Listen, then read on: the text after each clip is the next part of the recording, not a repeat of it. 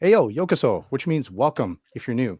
Tonight, we've got Valve dropping some Steam. Wait, I don't think that came out right. That's not what I meant. What I meant was they have some new Steam devices that they've just announced because you've all heard them from every tech tuber known to man that's making their own Steam machine. And who better to talk about this than the Giga Chad tech guy Bo?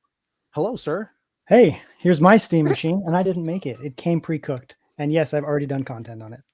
Ooh, wow. Okay. And of course, I am also joined by my expert panelists who need no introduction, so you can introduce yourselves. Trevor, the okayest gamer. Hey, I'm Cliff from Game Thick Talk. Hey, Nelly. Hey, it's Zach. All right. So, with these new devices that were announced, in case you were sleeping under the rock or under some rocks, we got three new ones. We got the announcement for a Steam machine, a new Steam controller, which unironically is still called Steam controller. And the third one is a Steam frame.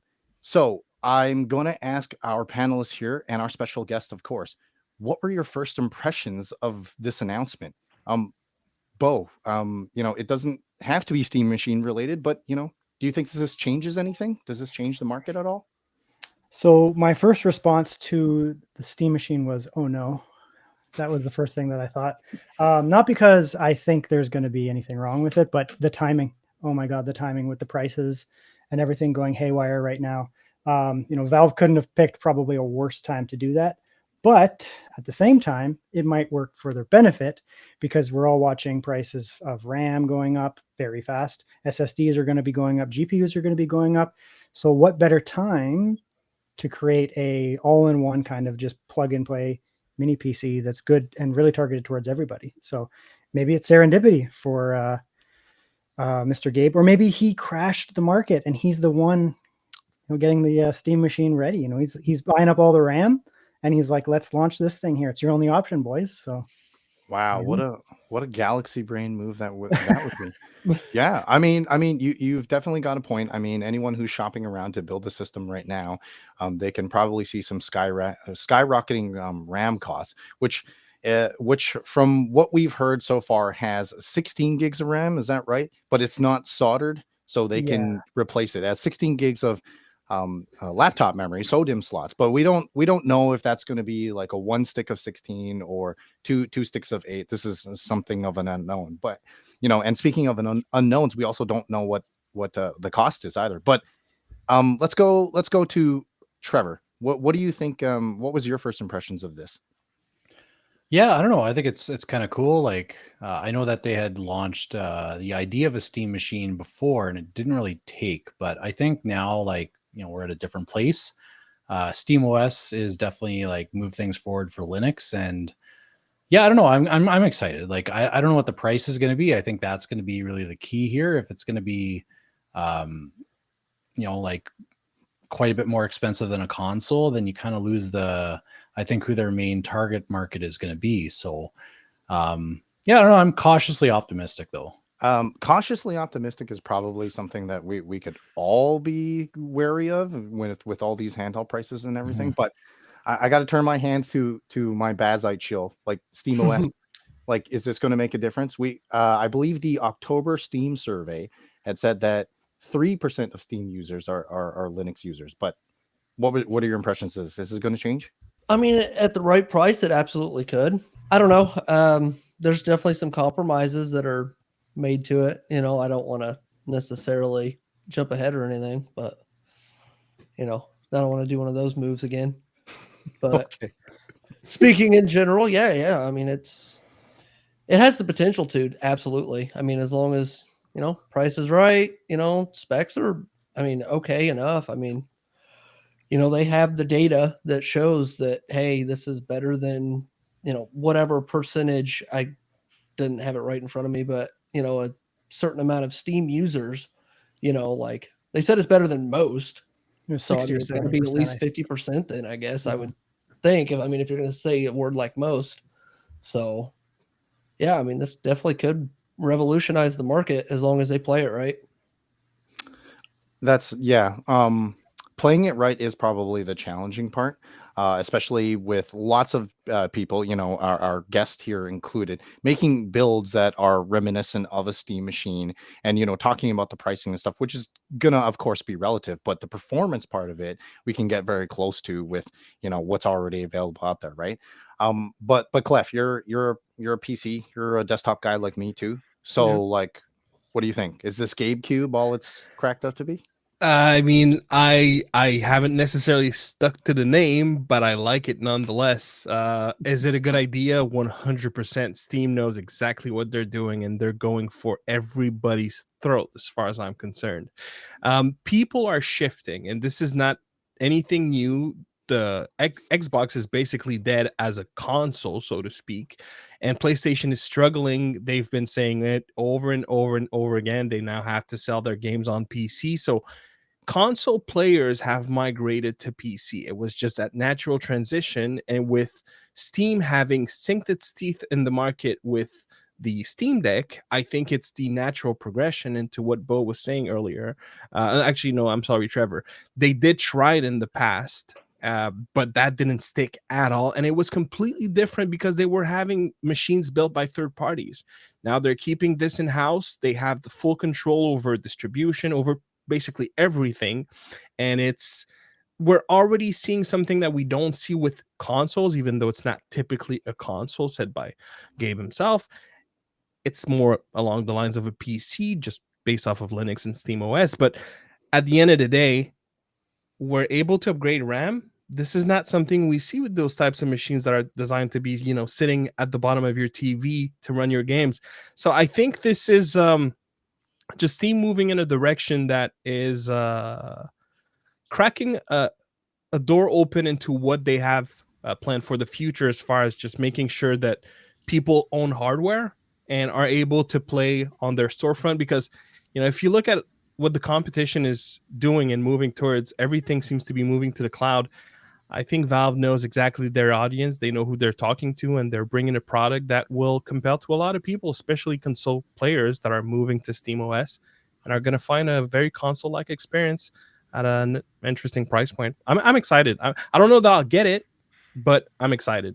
Yeah, and I know excitement must be buzzing, especially from Nelly, because you know that like Phil and his Xbox team are probably throwing those white Xbox allies down as soon as they heard about this announcement. But like, are you interested at all in this? Like, as a person who's into like hardware. I'd say that I'm not. And I say that I'm not, and I'm not very excited about it in a sense that, like some of you already mentioned and Bo mentioned it, literally showing it like, hey, I built myself a Steam machine. Like anybody can build this Steam machine. And we're seeing that right now on YouTube. Like you can build a Steam machine that's better. Fox has to downclock everything to get to the point where the Steam machine is. And then we have a limitation of 8 gigs of VRAM. And that for me is just not enough for future state. Like if you would have announced the Steam machine last year and it came out right now, people would have already bought that and loop back in, and it'd be like you'd be fulfilling your orders right now. People would be excited. They'd have it in their hands. But I feel like this is almost like a year behind where it should be for like the actual release for the hardware that's in there.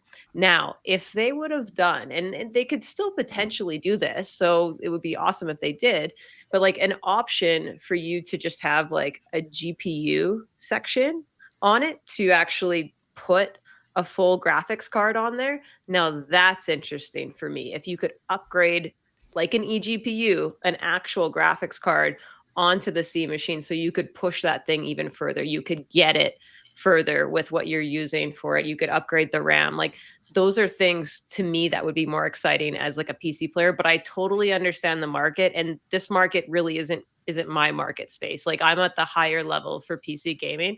This is like a really good console jump for somebody. Like if you're sick of Nintendo stuff and you want to go to the, PC world, this is a really good option. If you have a PlayStation 5 and you play it for like 1 or 2 games, otherwise it just sits and collects dust because you also play PC, you know what? This is a better console. If you're on the Xbox bandwagon and you're like, all my games are on PC now, this is a better Xbox for you. Because like Clef mentioned, Xbox is at like they're everywhere now. They don't need consoles anymore. The last console, I don't think it's going to sell very well, honestly. Whatever they release next for a console, because they've basically admitted they're out of the game. If you walk into like an EB Games right now or GameStop, I don't know what it looks like. It's GameStop, but I was at EB Games just the other day, and my nephew, like big Xbox fan, is looking around. He's like, "Where's all the Xbox stuff, Auntie?" And I'm like, "Dude, Xbox is dead." And he's just like, the soul crushing in his face was like, "Whoa." So like, this is a good, really good move by like Valve. This is a great move for them to just sneak into that space and just take that low hanging fruit. You You brought know, up something interesting though. Sorry, Trevor. You brought up something interesting though. You were talking about Xbox, right? And Xbox being everywhere. What if they like start selling like a green faceplate and they say this is an Xbox too? Like what? They're not God. Asus. They're not going to pull the Asus. It's a Nexo. Trevor, what did you want to share with us? I was just gonna say, like, I think the reason Nelly isn't into it is on one of the ads I saw that they just stacked up 6 Steam Decks beside it to kind of represent the power. And I Yes, think I saw that too. triggered some trauma in Nelly, and she's like, you know Yeah. what? Screw this, we're not touching this. Like 6 Steam Decks? Ugh. Fair. Okay, but okay, I totally see all of your points. You're making some really good, compelling ones. The one that Nelly mentioned particularly about the timing of it, Bo said that too, and its power profile. Valve has said though that if you and you can actually see this yourself if you go and check out the Steam survey, that this Steam machine, the configuration that they have with 6 cores, 12 threads, and roughly a 7600 desktop GPU and 16 gigs of RAM. This is actually more powerful or in the ballpark range of 70% of Steam users. So, I mean, I'm sure they use that as their metric to like market this device so that they didn't go too far over and, basically go in the range where people are not going to buy it because it's too expensive and then make it too underpowered whereby it falls below the average Steam user's experience, right? But like, so what do you think are the pros and the cons of that? Well- So if you guys don't mind, I'll jump into this one because I got a lot to say about that. It's a good point. And I think it's bullshit from Steam. So let's address that. Let's address your last part first. So it's faster than 60% of Steam users, Steam gamers. The average Steam gamer isn't necessarily even in North America or the Western Hemisphere, right? They don't live in the same levels of economic development, and they may be using an iGPU from an 8th gen Intel, not because they want to, but because they have to, right? It's the same when they say, oh, everyone games at 1080p, so that's what we're going to target. No, that's because they have a 1080p monitor, possibly a hand down or a business monitor, right? That doesn't mean that those people are going to then upgrade. They don't necessarily have the finances to say, oh, well, I'm going to toss my ThinkPad and all of a sudden grab this, $700 or $800 USD Steam machine, right? That's an argument, but it's kind of based on like data fudging a little bit or finessing the data. Personally, Nelly, I think, there you are, nailed it when you said 8 gigabytes of VRAM. So 8 gigabytes of VRAM sailed in 2023 when Hogwarts Legacy came out and The Last of Us 1. And we were seeing the A770 Intel desktop GPU beating a 3080 in some of those games because of VRAM, right? It had no right to be that fast in comparison to the NVIDIA cards. It's not even in the same class, but it was beating it. Some of that might have been memory leaking and optimizations and drivers, but that was the first hint of, okay, wait a minute, we got something going on here where 8 gigabytes and maybe even 10 gigabytes is not enough. The issue here is they are selling this as a 4K gaming console, a TV-based gaming console. And I get it because it's a TV. Most people's TVs these days are 4K. Even a budget, flat screen TV is 4K. But here's the thing, 4K. So this is the same GPU, most likely. This is the 7600M. It's an eGPU. It's a 7600M, which has been out for years, right? I've used this by these guys, by other guys in handheld laptop eGPUs in the devices themselves, and I have tested them at 4K, and it is crippled at 4K. We're getting to the point where at 4K you're putting on potentially performance FSR or XeSS, whichever, and you're having to lower your settings all the way down to low, not because necessarily the performance isn't there on the GPU, but you literally don't have the VRAM overhead. You can't fit the textures in 8 gigabytes. And so either you suffer through horrible micro stutter, truly horrible micro stutter, or you're gaming at 25 FPS, right? So at 4K, there has to be a giant asterisk on this, where there's, at 4K, it's going to be pretty rough. We're looking at, Steam Deck, where everything is low with performance on that little screen, and we're doing that same type of, situation now on a 4K screen where everything's going to be low with extra scaling. That's the issue there. And there's no way, now he also said, there's no way of upgrading this thing, right? Like, you're stuck with that GPU. And frankly, I mean, when this thing's attached to my gaming handheld at 1600p, I'm just happy to be gaming at 1600p on a handheld, right? Or hooked up to, an MSI Claw at 1200p, and you got all these frames, and it's like, this is sick. But all of a sudden it's on this giant 4K screen. I mean, I don't know if I'm happy with, 45 FPS. Could you imagine if they gave us like a port, like a Thunderbolt 4 or like an Oculink on the back of the Steam machine, though? So Like, but it's not going to happen. I know, but it would be sweet. But this is based off of Steam OS. Let's not forget that. And there's so much I need to unpack with what Bo just said. First of all, target like if we and you're right, like, clearly Steam, the data that they have is not only the Western world, so to speak. You're absolutely right. But I think, to quote Jace 2 Cent himself, saying on Twitter that right now PC components are just dying. They're seeing like an all-time low. They don't know what's happening. I'll tell you what's happening. Everyone is shifting to the super nice, super convenient handheld PCs. So developers are going to start making their games so that they work for everyone on the landscape of who's gaming, just like they have done many years ago with mobile. It doesn't matter that you have the cutting edge latest phone. They're going to make sure that it works for phones that were released 10 years ago, because that's how they make money. Why would it be different with PC? I'm pretty sure Indie is currently destroying all numbers with games like Megabunk. Clearly, games are not going to be designed for the kind of machines that we have. They're going to be designed for the mass market. And if they do that, they have to target something like a Steam Deck, because right now Steam Deck is in the hands of a lot of gamers, and it's the only way that they'll be buying their games. So with that in mind, I don't think they need to be completely destroying everything that's on the market like a PS5 Pro in terms of power. They're perfectly fine where they're situating themselves, as far as I'm concerned. They said 4K, you're right. 4K with FSR. This is literally like it's written. It's not 4K. It's upscaled to 4K. We know that.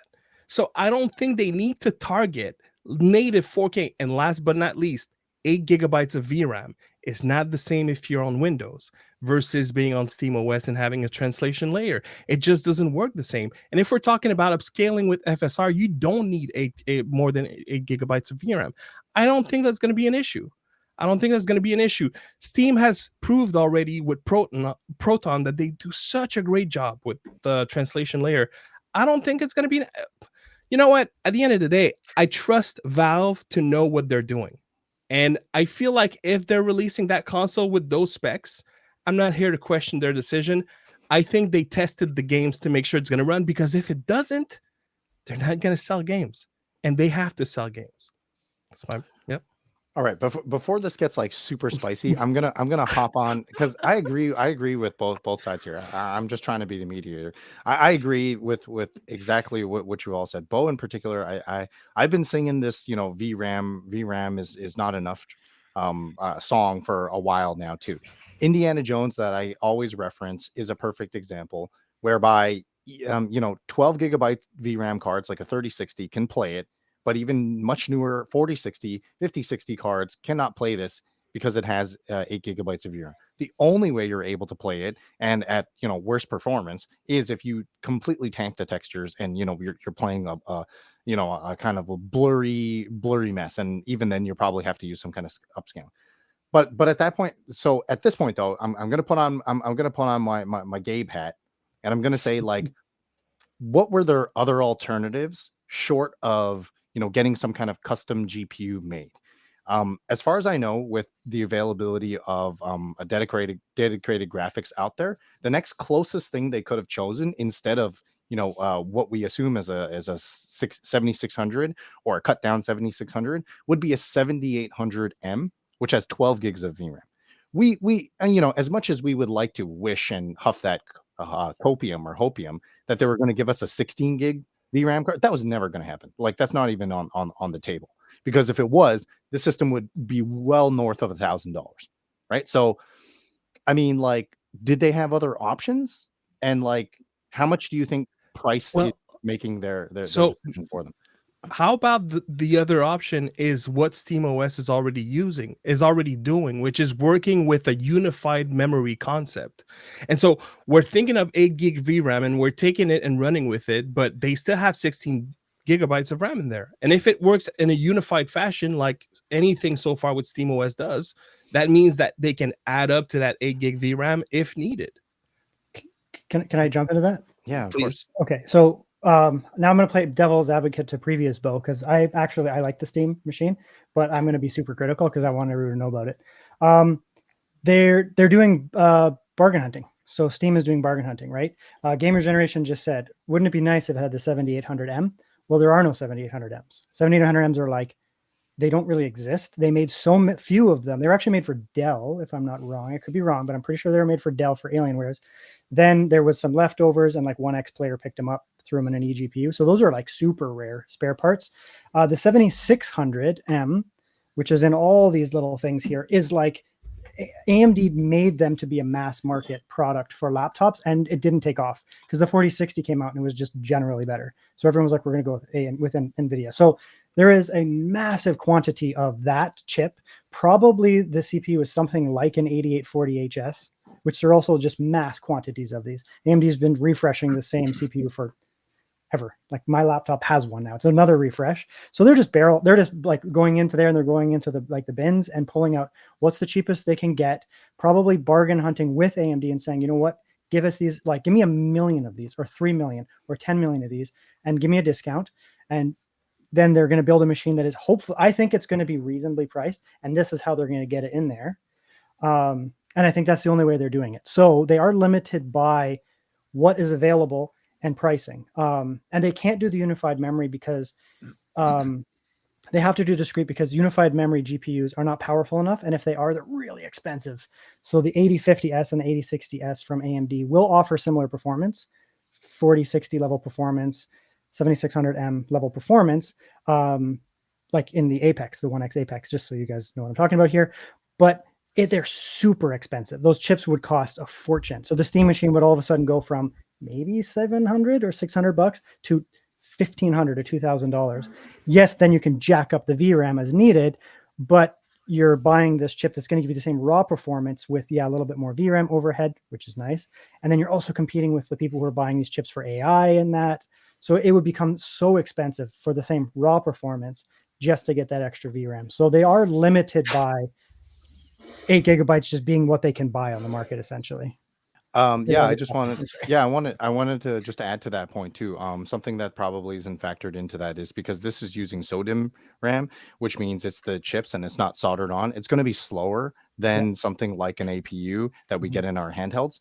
Also, because the GPU itself uses DDR6 RAM, it's also going to be faster. So at some point, if you have to switch over, it's going to hit what's like a swap file, and then you're going to have like little micro stutters or something like that. So unfortunately, as great of as a concept as that would be, it would take a lot of like back end engineering, which who knows if they would be willing to like put their time into. But I wanted to move over to like to the pricing that Bo mentioned though. What do you think this thing has to cost in order for it to hit the ground running, just not be a dead thing? Zach, what do you think? No more than 600. Mm. That is probably for the lower end model. Is what, 512 storage. Mm-hmm. Yeah, so I'd say no more than 6. Like, I mean, $599.99, whatever, right? I mean, ideally would be, even low, $549, $499, somewhere in there, but no more than $599. Okay. What say you, Trevor? Yeah, I'd agree. Like $600, like you gotta compete with the other consoles somewhat, right? Because typically when people are getting consoles, they're looking for something that's a little bit less cost than buying a PC. So if they can target somewhere close to the Xbox or PS5, that's, in my opinion, I think would be a good target. Hopefully draw some people in and introduce people to PC gaming. So Nelly, I have a feeling that no matter what the price is, you think this is dead in the water. But like, Well, what? it's gonna sell. There's an audience for it. Yeah. It's just Okay. not me, Like if I Mhm. buy it, it's just for my nephews to play on Mhm. to make it easier. Like it's not really for me. So, what would be the price that you think is reasonable to buy it for nephews? Like, Like put it that way. I think that this is gonna be really the same price or maybe a little bit lower than the highest end Steam Deck OLED SKU. Okay. I believe that's like 550 or something like that, right? Okay. Clef, Bo, what do you guys think? Yeah, I mean, it has to be console competitive. And we do need to remember that the Series S exists and it is so cheap. And it is a 4K with a massive asterisk, upscaled console as well. But I mean, you can grab a Series S, they're local for like in Canada, like we're looking like 150 to 200 Canadian dollars, which is like 150, maybe 200 American. And you can walk into one of those and they're everywhere. And you can walk in there, plug it in. And yes, Game Pass is very expensive, but you can get Game Pass, or you can buy your games on there and you're gaming at reasonable settings, reasonable visuals for like $200 to $300 max, even if you buy it new. And then of course the Series X and the PS5, you're looking at, what are they, 500-ish, somewhere around there. And then there's the Pro, which is way faster, which is pretty enthusiast. But I mean, even the PlayStation 5 Pro is, I think it's what, $700, something like that. I mean, it has to be at most around that, or people are going to say, screw it, I'm just going to grab a console. Because I mean, yeah, a lot of us do have huge Steam libraries and, but they're trying to recruit people away from console gaming who maybe already have a huge library, right? Like you're not going to bring people who have a Nintendo Switch 1 library with 300 games and be like, oh, by the way, like, don't worry about those anymore. Come over here and rebuild your library, right? So there has to be a price component of like, wait, you can come over here and the games are cheap. They're always on sale, right? You can get all these games, and that will help, I think, quite a bit if the buy-in price is reasonable. What about you, Clef? So Dave Tootie and his video covering the Steam machine said that in his conversations in private with Valve, they said that they were not targeting console market. And the way that he presented it was that they alluded that they were not going as low as consoles. That it was probably going to be a higher price point, which is worrying to me. Like, I don't need it, but I want to have it just because I like Valve. I like the thought of potentially putting that under my TV. At 500, I'm getting it guaranteed. I think it's too low, if I'm being honest. I don't think they're going to meet that price. But if it was to beat 500, I'd buy one, without blinking. Past that, I don't know. I fear it's going to be $699. That's where I think it will be, which in my opinion would be too expensive as an afterthought. But yeah, I think situating themselves between a PS5 and a PS5 Pro is kind of smart. They're not trying to push the same performance as a PS5 Pro. They're not pretending that they will be. But I think they know that they have something compelling with the library and just people that are moving from consoles. So being a slightly more expensive than PS5, I think makes sense. And I don't think Valve is going to undercut as much. They don't need to. They've proven, and all the research and development has been done. It's been done over the Steam Deck. It's been done over the Steam controller. It's been done over the Steam machines that they tried to launch many years ago. So I don't think they need to undercut themselves. I wish they would. I don't think they will. These are all great predictions, I think, that you're all making, and I think it's telling also that they're making a comparison to the performance and power level compared to a Steam Deck, much to Nelly's dismay. The comparison there is that, if they're using Steam Deck as their baseline and they're saying, okay, we're going to stack up 6 Steam Decks here. See, this thing is as powerful as 6 Steam Decks. And this is why it's going to be at least the price of the Steam Deck. 6 times of the Steam Deck. Oh, no. That would be, no, that sound, I don't know. That sounds like a Microsoft move, honestly. Yeah. But, you mentioned the controller, Clef. So I want to draw our attention a little bit over to this controller, which has been highly anticipated. And I know you're our controller guy, but I want to go to Nelly first, because Nelly, you like to mod controllers. I mean, is this one that you think actually would need modding? And is it something that you would actually buy? What I would mod on it is actually if I could get the switch triggers. So like Extreme Rate is really good about coming out with shells and stuff for mods for controllers. So I've modded multiple like PS5 controllers and Xbox controllers and stuff. And so if there was like a mod for that, I would do it. I'm shocked that it doesn't come with it, to be honest. Like I was pretty surprised and also a little disappointed that it didn't come with that adjustment for the triggers to be able to shorten them.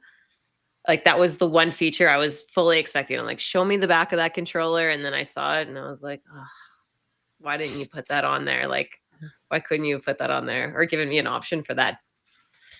So, Yeah. like, that's the tough part for me. I think you're not the only person that was like, asking for the hair triggers, because it's becoming more and more of a common feature, I think, as Clef had said in a previous episode. But what do you think? Is this okayest with you, Mr. Trevor? Is this a controller? Yeah, I don't know. Like I look at it and I probably like my biggest use case would probably just be connecting it to one of my handhelds, like when on the Windows side, right? One of the things that I kind of have a bit of a beef with using regular controllers is like you can't really get like a full console experience, at least on most of the handhelds now. Like when you're sitting on the couch connected to a TV or an eGPU, like at some point you're going to need a mouse. You can use the mouse mode, but not all handhelds have that, so it's kind of a pain. Like aside from like the Legion Go or some of the consoles that have or sorry handhelds that have like the removable controls, like I find it just, yeah, I end up having to get up, go move something, or carry a keyboard mouse, and like that's not really ideal. So for this one, like I don't know, I see that having those trackpads, like on the Steam Deck, they worked excellent. So I'm hoping that whatever drivers they use or however it connects with Windows, that I'm hoping that they have a good implementation, because that for me would solve half of my problems. It's not that often that you have to do like keyboard entry, so I think I could get away as long as I had these trackpads. Yeah, and I'll probably take it apart at some point, and I used to do some crazy mods as well. Those days are mostly behind me, but I remember adding like hair triggers onto my PS4 controller by literally drilling a hole, and I had like this like it was like a redneck version, but it worked. So don't judge me too hard. But I like made adjustable triggers in that. So now I think I'm more of a sophisticated redneck now. So I think if I do the mods, it's gonna be a little bit nicer than the last one. But anyway, Okay. I'm excited to see what kind of mods come out for this thing. If we don't see the hair trigger mods, the first mod we will expect from you is some duct tape over the two trackpads that spell okay, right? Yeah. So Bo, I know you're not a controller guy. You're more of a PC guy, but like, do you think your audience would be interested in this? Are you interested in this at all? Yeah, I'm gonna buy it for sure. So my mods will be, I'll buy a D-brand skin that's like white, because I'm like all about them white electronics, and stick it on and then call it a day. I'll probably make a video, be like modding my Steam Deck, my Steam controller, and that's all that it is. But I actually agree, having actual inputs is critical. I actually just bought a Lenovo TrackPoint 2 keyboard, Bluetooth keyboard. It's a keyboard's fine, but I use it because it has a TrackPoint nib on it. So using it with my handhelds is so foundational, because I can do some like rudimentary navigation rather than picking up my mouse, picking up my keyboard, and like doing that when I'm on my handheld, trying to input my name into some RPG. It drives me crazy. Whereas if you have any type of input like this, is going to be sweet. So even if I don't use this all the time, I'm still probably going to buy one, even if it's super expensive, because I'm just stupid like that. But I'll probably use this controller with other handhelds, with other devices, just because it looks neat, and it has that input as well. It's gonna be pretty sweet. And I do a lot of strategy style game play myself, so just having that at my fingertips is pretty nice. So That's a really great point. Excuse me. That's a really great point that you're bringing up, and I was thinking about that myself for my use case. And one of the reasons why I actually like the DualSense controller is because it has that touchpad at the top there. I think there might actually be some people who pick up the Steam controller to use it like with the home theater PC or something. You know, because like there's fewer things that are annoying than like trying to navigate with the mouse, like when you're sitting on your couch or something like that, right? So to your point about like using the track point, you know, like nub on a keyboard, or like in this case with these trackpads, even if you're not like an RTS like strategy person or whatever, I think there's definitely some value in that. One other thing, just really quick, that I'm curious about is like when I'm looking at the controller here, just on my computer, like I can see that they have a magnetic attachment for charging it. That makes me wonder, like, what can all be transmitted through that, and could we potentially get like a mod that would have like, let's say, a slide out keyboard or something? You know, like kind of like what we had on the Xbox 360, or like I think I don't know if they made one for the Xbox One. I remember they were popular for the 360, where you plug it into the bottom and then you have a little like mini keyboard. So yeah, I'd be curious to see if that's something that, first of all, is possible through that connection, and then also like, will somebody make it? Yeah, that's a nice one too. It would be interesting to see those accessories. What about you, Zach? Do you have a use case for this? Is this interesting to you? Oh, yeah. I mean, absolutely. I mean, as long as if it doesn't try to, come in at say like a, elite price, for a controller. I mean, we definitely got to stay double digits here, at least in my opinion. I don't know. I mean, it doesn't excite me particularly with anything, but it's just like, yeah, this is good. I like it. It's so weird. Like I'm trying to be excited, but it's just like, yeah, this is good. Like I would easily get one of them, but I mean, it's just hard for me to, I guess, convey that message as well. That's But I'm fair. not a controller guy. So I was gonna say maybe you're just not a controller bro. I'm not a like controller not bro. not super into control. Like I mean, I have my like things that I like, but like symmetrical sticks. Like I'm a big symmetrical stick What guy. if I know Trackpads they are going to don't. be convenient. I know they don't Ergonomics are typically. huge for me too. I know Dbrand doesn't typically put like symbols and all that, but what if they made like a waifu skin? What about that? Then you Yeah, could, you just slap those on the. This is how you get on them. the trackpads, right? Oops, I'm sure okay. somebody's got those your, already. we got your attention. Yes, AliExpress probably has them. Oh, 100%. But Yeah. yeah, but now that you've thoroughly offended our elite expert on controllers, Clef, tell us what we're all missing here about this device, and how we're all stupid because this puck thing can actually like connect to everything, including 6 Steam Decks. It will connect to the Neuralink by Elon Musk. It's crazy. So what? No. All right. Steam controller. I'm super excited for it. I agree with Nelly and Bo. I wish it had hair triggers. That's one of the things that caught me off guard, because clearly they're designing this to be like the ultimate thing. And if we go back to the original Steam controller, where they didn't have the right stick, which in my opinion was the one thing that killed it for me, and now it's like, hopefully you're not repeating that mistake. I don't think the hair trigger is as important as having a right stick was when the original Steam controller came out, but nonetheless, I kind of wish Valve just went all out and made sure that every grounds were covered, and without the hair trigger, it's that one thing missing. I gonna touch on base on the price really quick. I don't think it's gonna be 2 digits. There's a lot of tech in there.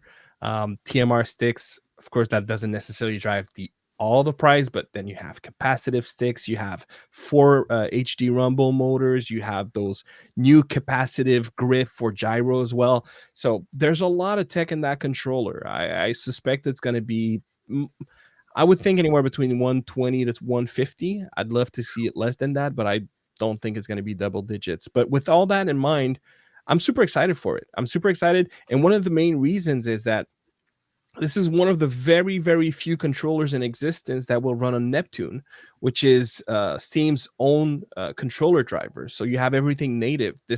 I don't know if it's going to have other modes like X input, like the Hori Steam controller.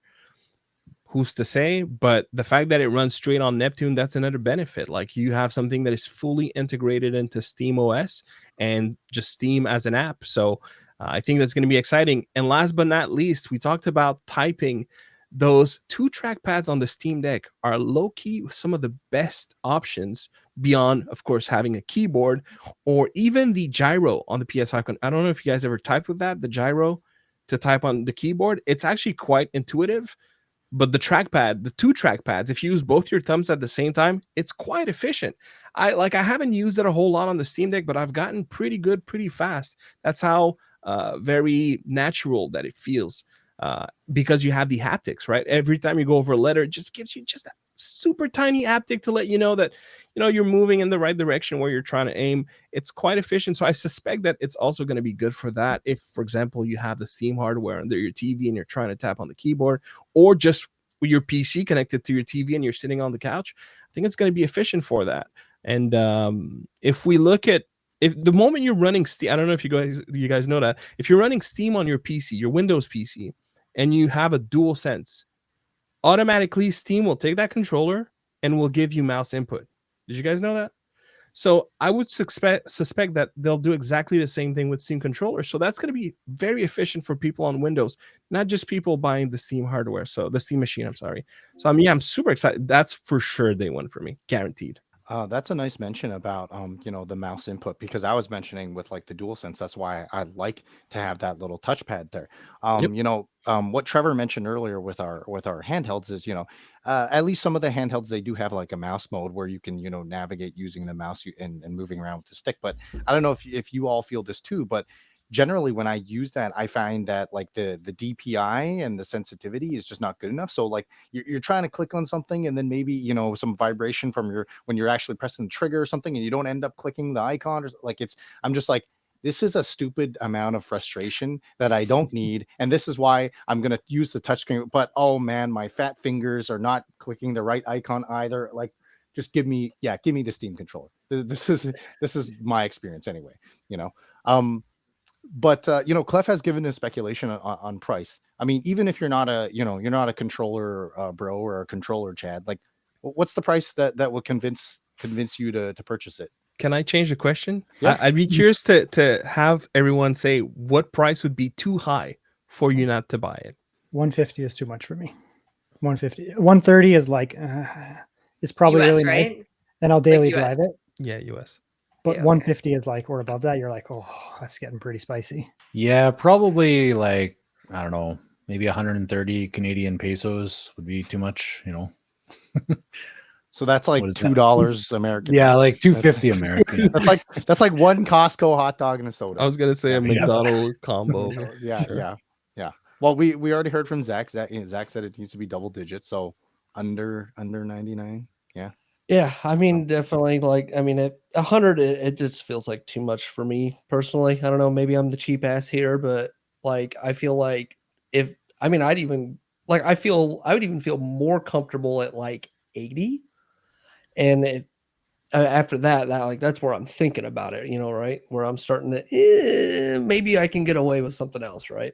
Well, I don't know if you're being the cheap ass there saying it's 80, because last time I was like, what? When Nelly was like, this controller is like, how much did you say it was? I paid $350. Yeah, I was like, wait, for my what? Ava controller. I mean, so I'll like, go buy like it doesn't a matter what the Steam $60 Deck is. Xbox controller and keep some kind of like weird mouse in my pocket that I can, or like one of the little portable keyboard. Like I'll carry this around if I have to spend at least $100 or so on a controller personally.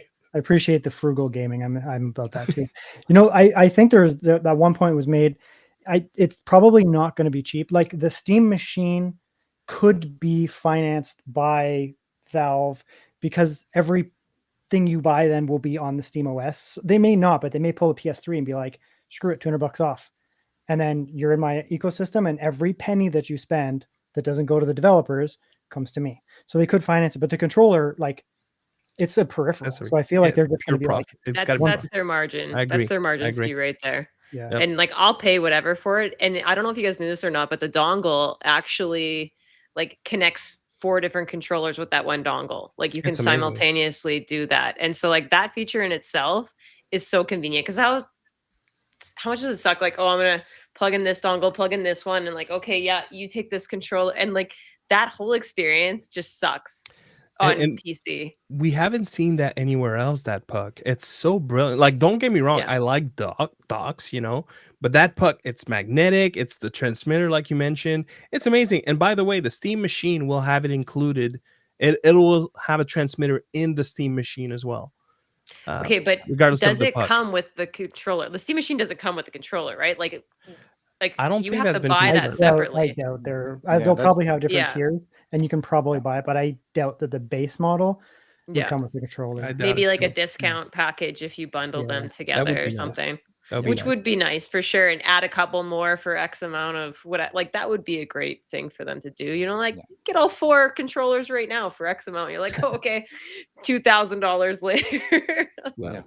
Yeah, Yeah. we will definitely have to speculate on any kind of bundles in just a moment. But I think that's a great point that you mentioned about having a dedicated connection inside the Steam machine, Clef. That's something I believe like PS5 had done that as well with like one of their controllers or something like that, or maybe the Portal and their headsets or something. And I don't know exactly how it works. It's some kind of play on NFC or something like that, but it's supposed to be better than just like connecting your standard Bluetooth. And that's really a great point that you mentioned, Nelly, about the puck, because it's a low key, like potentially game changer. You only have 2 ports like on your Steam machine or something like that. Yeah, but that means that you can connect up to 8 controllers, right? Yep. It's like it's also like how I think a fingerprint scanner is like on our handhelds. You don't think it's a big deal, but like when you have to like type in your pin or whatever every single time, that's annoying. And even as glossy OLED screen lover, that annoys me. But of course, Bo doesn't have that problem because he loves matte screens, as does Nelly. And if you love matte screens as much, you can come fight me on our Discord. So let's talk about finally though, the last thing that's going to make Nelly and our guest vomit, the Steam frame. Okay, this thing has been teased as the Steam Deckard and whatever other name that sadly it's Bradley had come up with for probably like 2 years, I want to say, maybe even longer. So I'm gonna have to go to Clef and tell us, like, why does this device matter to you? Why do you Oh, like, does this device matter at all? What do you think? of course, it matters a lot. If anyone out there is interested a little or a lot into VR, you know that Meta is kind of stepping away from it, and they were the drive. Look, a lot of people can hate on Meta. I get where you're coming from, but when it comes to VR, they were by far the driving force for the space. And as much as they also were the one that shifted the attention from PC VR. Thankfully, there was like a subset of gamers that were still in the ecosystem, thanks primarily to Valve with the Lighthouse system. And you have, something like the big screen headset that looks amazing. I kind of wish I had one, but I don't. Anyways, many other options are on the market. But essentially, to me, Steam Frame is kind of like breathing new life into the PC VR ecosystem and bringing potentially a lot of gamers back into VR. And what's great about it is that they're doing that not only by offering you VR, but also offering you 2D gaming inside the headset natively. That is a pretty big deal. And I get, it's a Snapdragon 8 Gen 3. We're not going to be running Arc Raiders on that headset. I get that. But the fact that you can still run some games native is amazing. That means that you can pack this in your suitcase and play some indie games on the go. And then when you're at home having that 6 gigahertz dongle to have like what is pretty much one-to-one experience from your PC, as pretty much every tech tubers that covered it said, is another big deal. Like, yeah, I'm super, super excited for the Steam Frame. And if there's a potential for VR to stay alive and well, that is the device to do it. There's no other. This is the last stand at the doors of the castle. And if VR is to survive, it's going to be because of this device. I'm right there with you, Clef.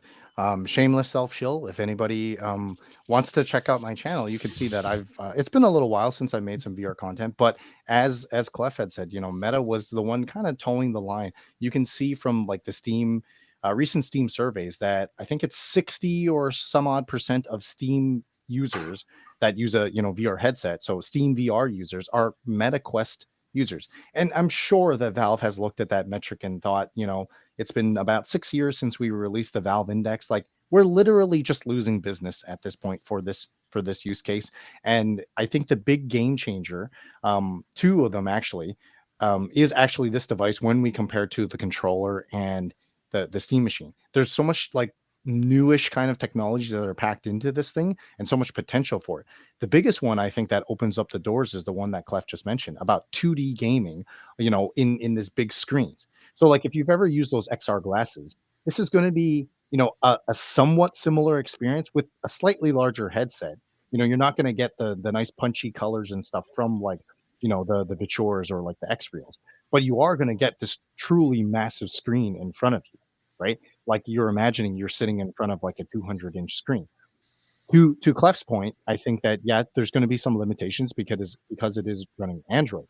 But I think that Valve has really thought this through because they didn't want to put a super powerful, chip into this thing. The same way they didn't want to overpower the Steam machine, because what better way than to package these two things together and say that, hey, if you want like, this ultimate experience, like you can get it in both of these devices together. It's not just one, because one is great, but the two of them are like incredible.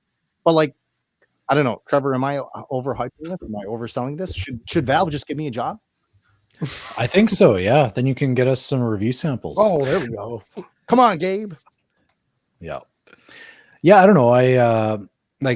I'll be completely upfront. I haven't looked into this one as much as, let's say, the Steam machine or the controller, but it's been a little while since I've really got into VR. Like I have, and really, I think it comes down to like what I could see this thing doing well is what would probably fix me not getting back into VR. Because right now I have like a super complicated setup because I'm using a PSVR 2, which then has to go through a number of different dongles just to connect to my computer.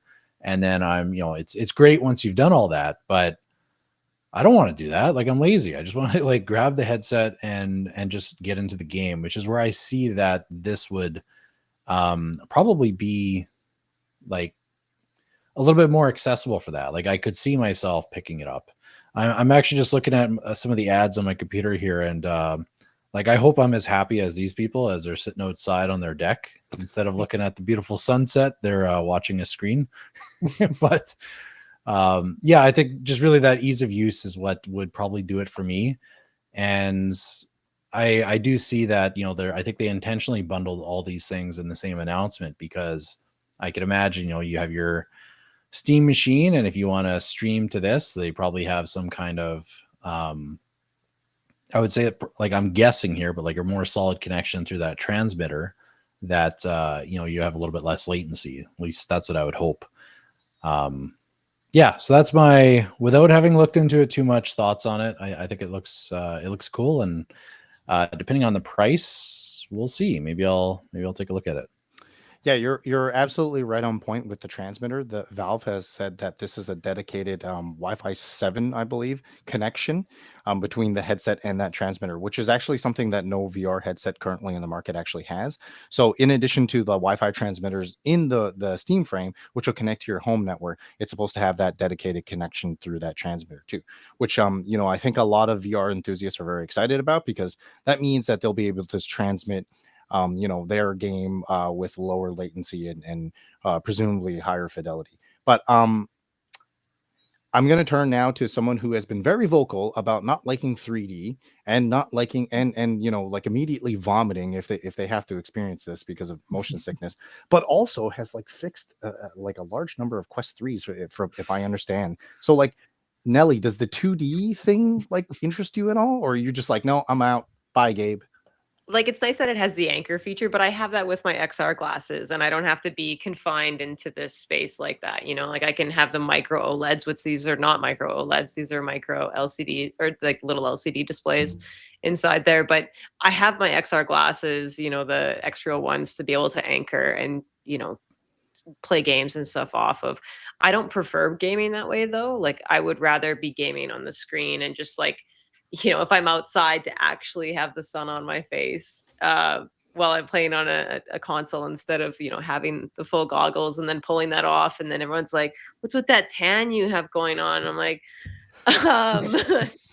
I was playing VR in the backyard, but actually, like, it is neat that you can, like they said, that you can play in like a dark room and stuff. Like with the Quest 3, you cannot play in a dark room. Like I have my Quest 3, I just play Beat Saber on it. That's a stationary thing with cubes coming at you, chop. Like I can do that.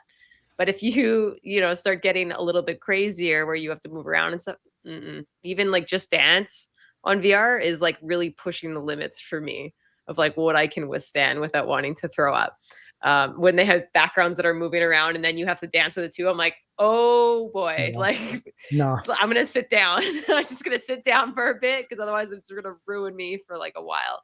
But there's some really cool features in this. Like they have that micro SD slot for you to pull out of your Steam Deck and then stick that straight into the device, and then you have your games like locally on there. Which I suppose if you were running games on the SD card, I don't know what speeds you're running at, but you're playing mostly indie games if you were gonna play that. Like you're not playing high-end games on that. But the dongle itself is sweet. I tried hooking up my Quest 3 with that expensive cable. It was like $100 cable to PC. I rigged it up so that you could have the wires come around. And that lasted like 2 weeks until I'm like, forget this. Like, I'm so done with wires. I'm like tangling myself up in the beats. I'm like, forget this. I'm done. Like, but the Quest 3 has some magic there. The Quest 2 has some magic there. Like that really did set the stage. And it does feel like Meta's pulling back.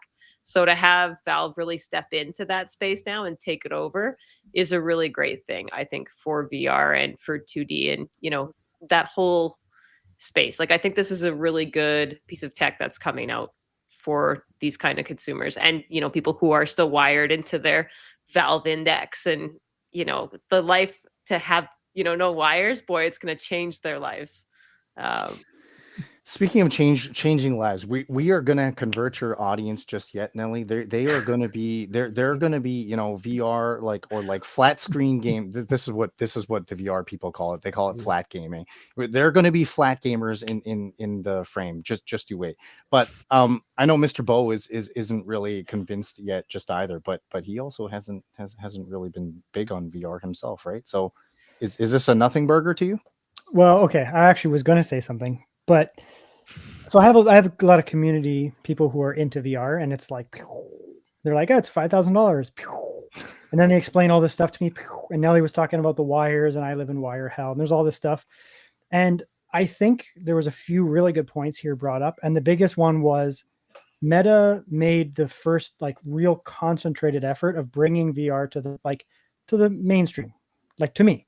Right? I'm not into it because of motion sickness, but even if I wasn't, I'm not a VR. Like I don't care, right?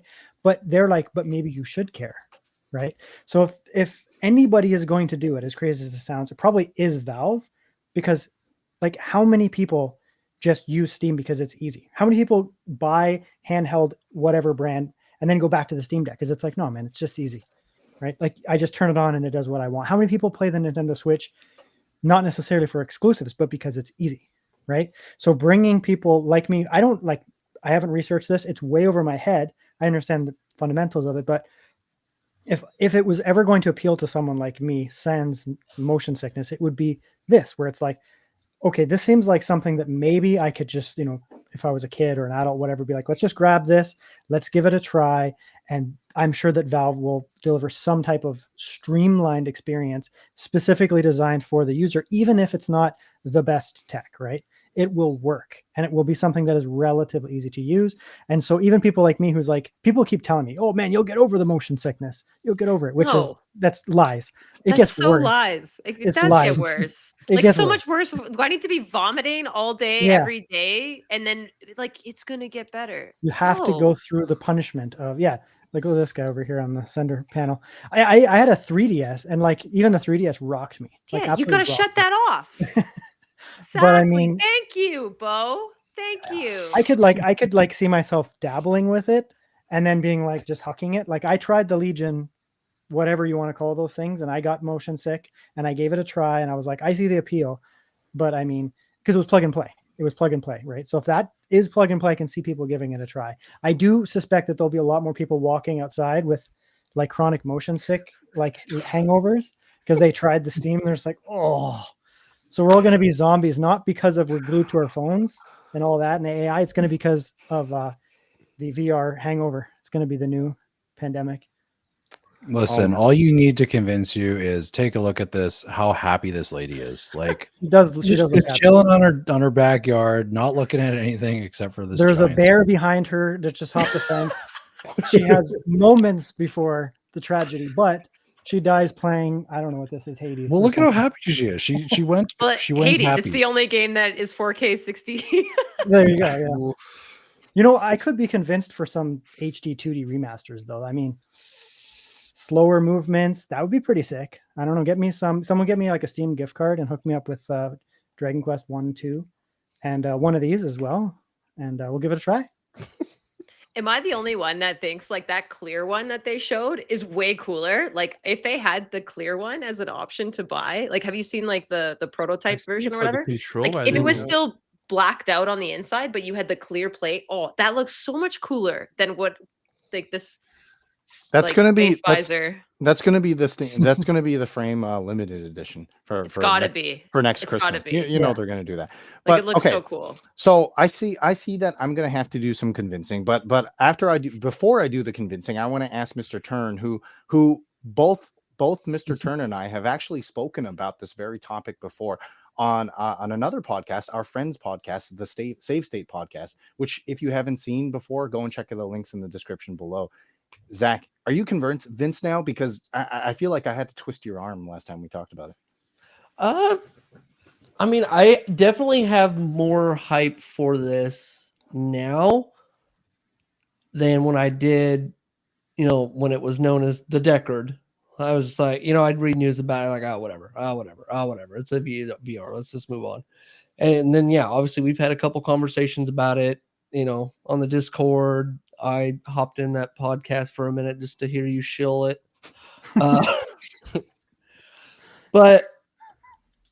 I mean, I think at least at the right price, this is a good way to kind of keep, I guess, that train rolling, so to speak. It seems like they've done a lot of good to not only like make it good, but also like compromise things in the right way. Like this is, very Valve of them to do this, right? Like kind of balance the scale, right? So it's definitely worth a try. But because I mean, if it's, like Bo said, like if it's it just works, put it on, it's simple, whatever. Like that's definitely huge for me. Like I can't remember the last time I've touched my features because I'm always like adjusting them and like the cable, and I don't know, I have these weird sensory issues with the way things touch me. I mean, but like a strap and goggles and pads, like I could get used to the weight to make up for that. 2D gaming is going to be huge for me personally. Like I'll be a big screen, flat, gamer, whatever with this thing for sure. But I think there's enough there, to kind of dip my toe into that VR water, right? The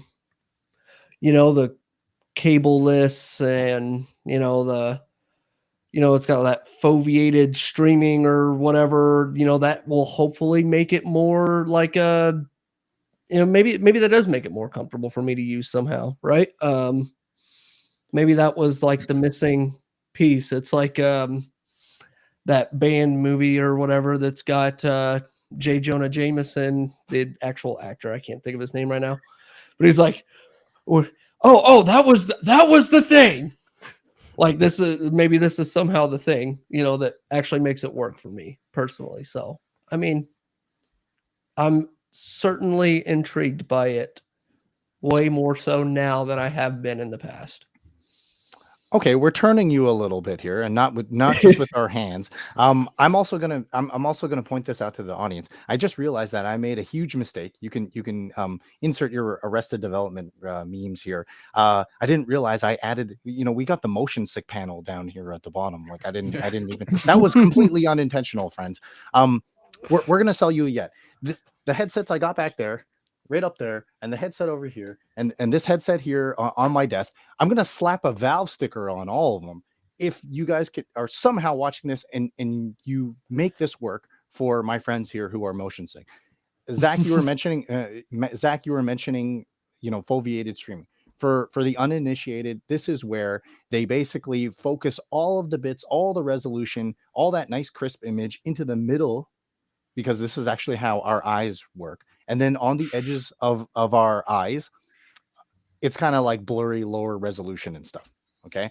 So the Steam frame has eye tracking, which makes this possible, right?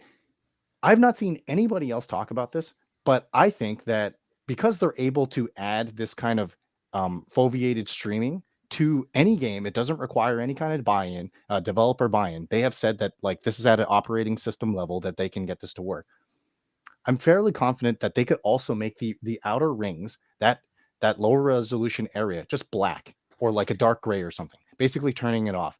And for those who haven't had the experience, or maybe you have had the unfortunate experience of suffering motion sickness in VR, this is one of the ways that they combat it. I don't know where I left my professor's cap. I'll have to steal Bo's at some point, I guess. But the way that you experience motion sickness is because of a discrepancy between what your eyes see and how your inner ear is communicating with your brain, right? So That is correct. When you see, thank you, sir. Thank you. I appreciate that endorsement. So when you see, yourself, your character or whatever moving in VR space, right? Your brain is like, whoa, I'm moving fast. But then your inner ear is like, no, dog, you ain't going nowhere. And then this is what happens with that discrepancy. And then, you feel weird. You feel like you want to throw up. This is what happens, right? And so adding those like extra little rings around, you lose a little bit of field of view or like FOV, but that is supposed to mitigate it. And I've seen it work like firsthand for myself, like earlier on when there's only like one title where I felt a little bit weird, and I had put on like what they called the vignetting. I get out of here, camera. I turned that off. Every time. Every time. Yep. How did you do it like that? How did I do it like that? Yeah. Every time. I think I mine disabled does the that. same. I hate that Yeah, feature. they decided to foveate stream my face, which is, you don't need this nose in like high resolution. Completely, yeah. Like lower this resolution, please. So like, I think that I think this is a realistic possibility, and it could bring VR to many people, and even to Zach's point, I think the 2D part. If somehow having a big image up, up in space, like makes you feel a little bit sick or nauseated. Now I'm very cautious about my hands. Sorry, I'm just still stuck on that. I don't know. It was hilarious. Not just There's you. gonna be a gift for that. You don't delete Oh that, no, okay? no. So like, what I think is, I'll calm down here. Sorry. This is the Discord plug for you. Come get it. Yeah. So I think that this could really open up the doors for a lot of people who, maybe they've tried it, they didn't like it, or they haven't tried it before, and they feel like this might be, the hurdle because they have motion sickness. Beyond that, I gotta say, there's something else I'm a little disappointed with that nobody has really talked about yet, except I have a feeling that my guy Clef, because he loves him some Android gaming. We're not making a bigger deal about this. This is side loading, yes, sir. But also, this is supposed to be like a full-fledged Steam OS running off of an Android chip, off of a Snapdragon chip. This is a big deal. I think that this could entirely change the landscape of all the retro handhelds that we have in the future. Maybe even like someday seeing a Steam phone.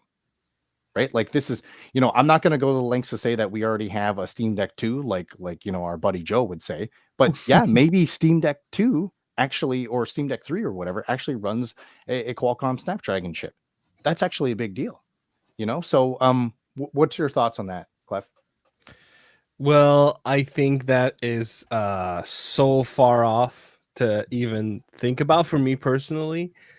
With that said, though, I was so glad that they mentioned that there was a Steam Deck. They didn't say a Steam Deck 2, but that they alluded to it for a later time.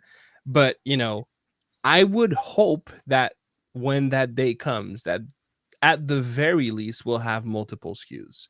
One running on ARM and one running on x86. But please don't tell me the Steam Deck 2 is going to be an only ARM affair. No. For like, I wouldn't want that. If we were to have the option, I think that would be amazing, because like if you are, and I know a lot of us, we're looking at handheld PCs as not our main rig or our only rig. We're looking at it as a companionship to your PC. And with that in mind, I could see people going for something that is lightweight, super great on battery, which I would assume ARM is going to do way better when it comes to that, as opposed to an x86 device, and just have something to run Megabunk, something to run, like lighter indie games when you're on the go at a super affordable price point. I'd love to see that. I think that would be an amazing thing down the road. And yeah, you have a great point. Maybe this is what they're preparing themselves for. But please don't completely remove the x86 line. Like, don't do that. Yeah, that's yeah. Fair point. So for anyone who is actually, really positive about this device, even though, there are some things from the VR enthusiast space that are missing, like it doesn't have the micro OLEDs that Nelly had mentioned, it just has LCDs in there. I'm just going to throw this out there. I think that there's a realistic possibility, if this sells well, that we will see something like a frame OLED. They've done this before with the Steam Deck. There's no reason why we wouldn't see like a Steam Machine Pro or something like that. This is very much within, their capabilities. So, I mean, before we wrap up this talk about all of these new Steam things, and before I get really angry, and just to tell everybody that, if you're at all interested in this VR stuff, just come to my channel, just fight me with the rest of these people on Discord. Real quick, before we wrap the subject, the controllers, that is freaking amazing. They have the finger tracking like the kunais from the Index. That's a big deal. If you guys don't know, the kunai used to be super expensive. So I'm really curious what they're gonna present in terms of pricing, because having that technology where it tracks your fingers as you open them. The Index had the ability to do that. As far as I know, it was the only controller to ever do that. It's gonna have that feature. So I'm really curious to see how, what kind of price point we'll have for that. But anyways, I'm sorry. So yeah, no, we were talking about, before wrapping, we're gonna speculate our Price is Right game here in terms of the pricing for, a bundle of some kind, or maybe one that you would like to see and you would actually like to purchase. Bo, can I start off with you? What do you think are the pricing of these things? You got some light speculation? I have no idea about the VR, to be honest. I've seen the prices of some of these things go all the way up into the thousands based on from what I've seen, and they can get pretty low. So I wouldn't be able to speculate because I don't know about the tech. If you were a true noob, like we'll approach this as me, like tech guy Bo doesn't use VR, never has used VR. Would he buy into VR if it was $500, $600, $700? I think the cutoff would be $500, where someone like me would be like, I can probably, it's console pricing. Everything's console pricing. If it's around a console price, someone would maybe buy into it and dabble with it, right? And that's going to go the same with the Steam machine, maybe slightly higher, 600, 700. It's a price that people can buy into, roll the dice on it and say, maybe it'll work. But if you're trying to get people to buy into the wider audience outside of like you guys who are the VR bros, get other newbies in there, it can't be super expensive, because I'd be a turnoff, like $2,000 for me to dabble in this tech. Like there's no way I'm going to do that. Right. Whereas the controller, I think, is fairly targeted, and they can price it fairly high, because like you get the controller because you want the controller, right? Otherwise you just get, an 8-bit dough, whatever, ultimate controller for $40 on sale, and you're probably going to be happy. But if you're a controller enthusiast or you want what it offers, you're probably willing to spend. And they're not going to be like, everyone needs a Steam controller, but they probably are like, everyone needs a Steam machine and more people should buy the VR. Fair. I think that's well put. What do you think, Zach? What's your speculation on the pricing for these things? Well, I guess I'm probably huffing some hopium right now. Probably have to huff the copium on the back end of this. But yeah, it's much like what Bo said. Like, I mean, if you're really targeting the mass market, like it seems like they really are trying to. Definitely, I would say no more than, 600 for either the machine or the frame individually. Maybe like 12 total, and then maybe you can bundle it. In a perfect world, basically this would all replace the Index, like top end $999.99 bundle. Maybe buy it all at once, $1,000 bundle, maybe even, maybe even 900. I mean, it probably a stretch, but yeah, definitely right around. I mean, you just got that mass market, whatever, like either one of those devices, once you start creeping past 500, you're really kind of like cutting it off right there, and really Yep. kind of shooting yourself in the foot if you go too much past it. So personally, my theory is that, much like Bo said, which I entirely agree with, the controller is going to be where they're going to make a profit. I actually think the Steam machine, they're not going to cut. I don't think they're going to undercut on that SKU personally. I think the Steam frame is where they're going to do that. And it would make sense because this is, for all intents and purposes, a dying space. And truly, Valve, if they want to kick some new life into it, which is to their benefit because new life means more software to sell. And then on top of that, they would bring people into the 2D or flatland ecosystem because the Steam frame can do that. So I would suspect that this is going to be the SKU where they're going to probably go under cost, because there's much more to gain from doing that as opposed to like a Steam machine where people have PCs, people have PC handhelds, people have Steam Decks. So yeah, I really think that the Steam frame is going to be very aggressive. With that said, being very aggressive and undercutting doesn't mean that it's going to be cheap. I suspect anywhere between 700 to 800, and that would be with them undercutting because there's a lot of tech in there. There's specifically the controllers. Now, the reason why I don't think it's going to be 1,000 like this, the index, is a lot of that R&D is already, they don't have to worry about that anymore because all that has been covered already. So they can at least reduce that in terms of costs. It's going to come down to hardware. And yeah, I think 700 to 800 would be awesome, honestly, if they can hit that price point. We'll see. What say you, Mr. Trevor? Yeah, I'm not really sure what a good price would be. Like personally, I don't know. It's really hard to say if this is even a fair price, but yeah, like I don't know, like $500, kind of like what Bo was saying, like closer to the console price. I think that they're also going to have to contend with like the Meta VR headsets and like I don't know, like I don't know what the current price is for those. Like, what are they running at right now? 500 US for the Okay. 3 and not the 3S. Yeah, 3S so I think is like the undercut model. How much is the 3S? 3S is 350, I think. Okay, yeah, that might be the one that I remember seeing. Like that's I think their competition. So if they're able to stay within that range, like even if they like were able to pull off being between the two, I think that would be great. But it does seem like they're offering something that's a little bit more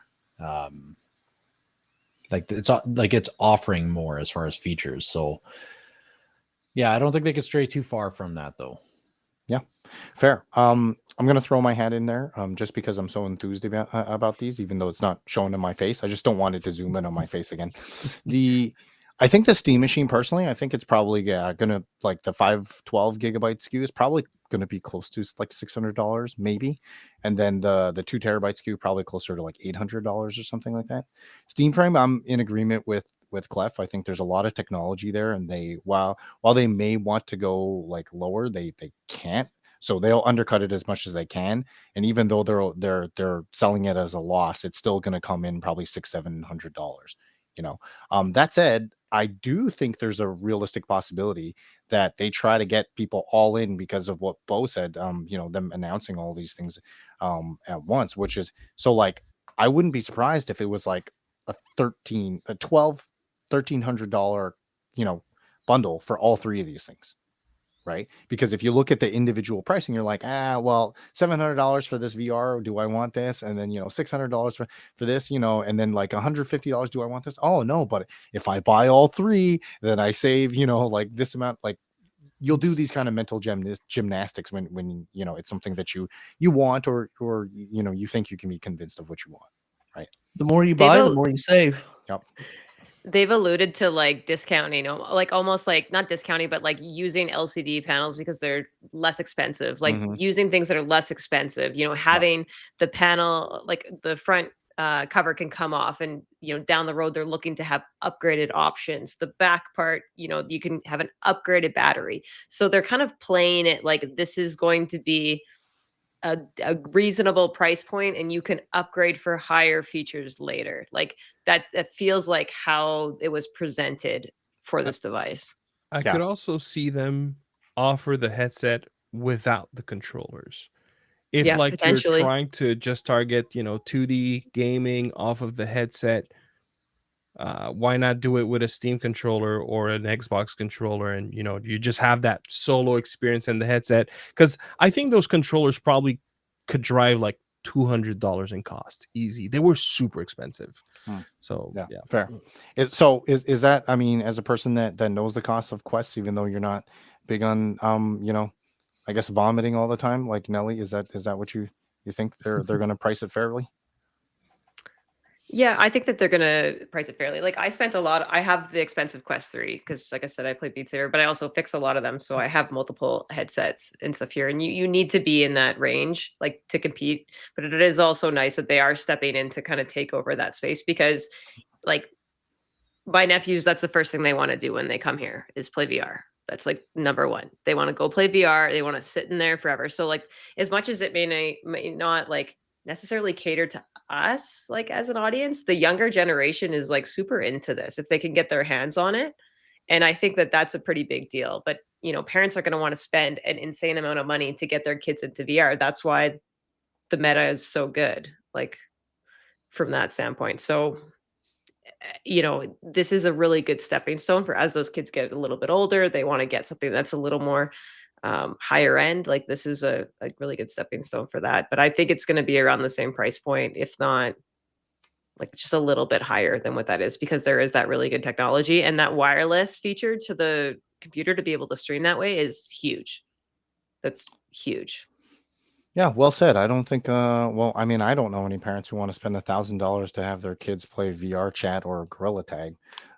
Anyway, so let's wrap up today's segment a little bit here. Just with a little spotlight here on our special guest Bo here.